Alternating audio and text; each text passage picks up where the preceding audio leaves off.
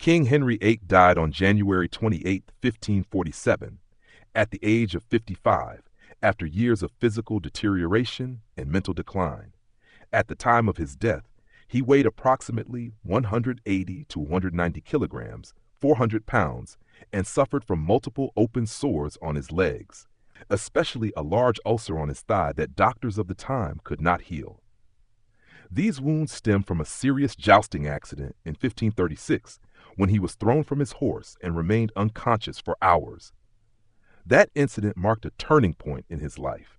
His personality shifted drastically, becoming increasingly angry, tyrannical, and suspicious. In his final years, Henry's health worsened severely. He was unable to walk and had to be transported by special chairs or mechanical lifts. He likely suffered from type 2 diabetes, chronic kidney failure, morbid obesity, and possibly Cushing's syndrome, a rare endocrine disorder. He endured constant pain, relying heavily on alcohol and primitive painkillers. Records suggest he became irrational and paranoid, traits that bled into his political decisions and family life. Death came slowly and silently. No one at court dared to officially announce his death immediately, as under Tudor law, failing to follow proper succession protocols could be considered treason. His closest courtiers kept his condition secret while final arrangements were made, and his will was updated, naming Edward VI, his only legitimate son, as his heir. When his body was placed in a coffin and transported to St. George's Chapel at Windsor Castle, a gruesome event was recorded. The corpse began to decompose so rapidly that blood and bodily fluids leaked from the coffin, seeping through the wood into the chapel floor. According to the Protestant historian John Foxe, in his Book of Martyrs, a stray dog wandered by and licked up the king's blood, a scene seen at the time as a divine omen or punishment for the king's sins. Though modern historians question the literal truth of the dog story, the image has endured in folklore as a symbolic end to a reign that began with promise but ended in physical decay and political tyranny.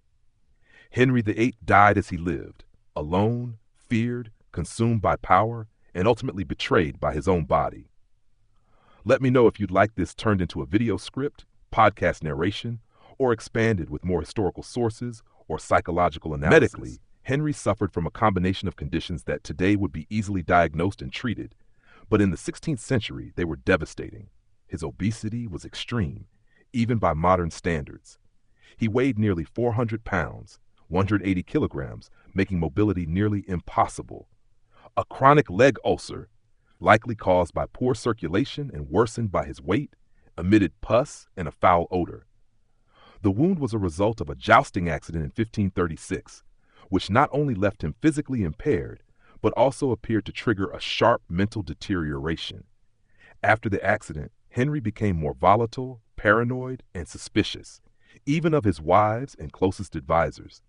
There is strong historical evidence suggesting he also suffered from type 2 diabetes, heart disease, and possibly renal failure, all contributing to his steady physical collapse. Some historians even suggest psychological disorders such as clinical depression or Cushing's syndrome, which would explain his mood swings, bloated appearance, and loss of rational judgment in later years. In his final days, Henry was so incapacitated that he could not speak clearly or move without assistance. Court physicians were powerless to ease his pain or reverse the course of his illness. His body had become his prison. Moreover, due to the legal and political implications of a monarch's death, his attendants were afraid to declare him dead. They waited until his death was absolutely certain before informing others, to avoid charges of treason under Tudor law. Perhaps most disturbing was the condition of his body after death. As it decomposed rapidly, fluids reportedly leaked from his coffin. A grotesque end for a man who once styled himself as a powerful, God-anointed king. Whether or not the tale of a dog licking his blood is true, it symbolized to many the moral and spiritual decay of his reign. In the end, Henry VIII died not only from physical illness, but also from the very excesses that defined his rule, his obsession with power, control, and legacy. His death was as dramatic and conflicted as his life, and it serves as a stark reminder that even kings are not immune to the slow, cruel decline of the human body and mind. Death of Henry VIII was not merely the end of a powerful and infamous life, but a profound reminder of the fragility of human existence in the face of time, illness, and the judgment of history.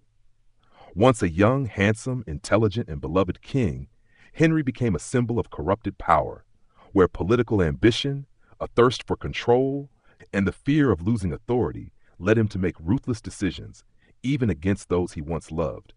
Yet in the end, all the glory and the throne could not save him from the destruction brought by age and disease.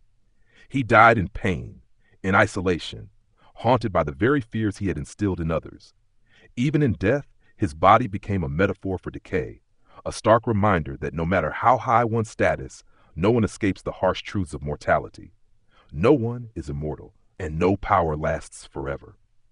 The deeper lesson from Henry VIII's death does not lie only in his personal tragedy, but in its powerful warning about the limits of authority and the consequences of ruling through fear and autocracy.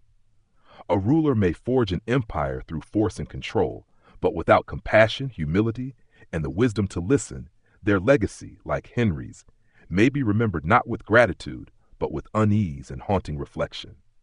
Henry VIII's death is a cautionary tale. Greatness is only meaningful when guided by virtue. History may never forget, but it also may never forgive. In the grand narrative of time, Henry's reign stands as a towering example of how power, when unchecked by conscience, can lead not only to the suffering of others, but ultimately to a downfall that echoes far beyond the grave. His death teaches us that while kings may write laws and command armies, it is character, not crowns, that earns true immortality.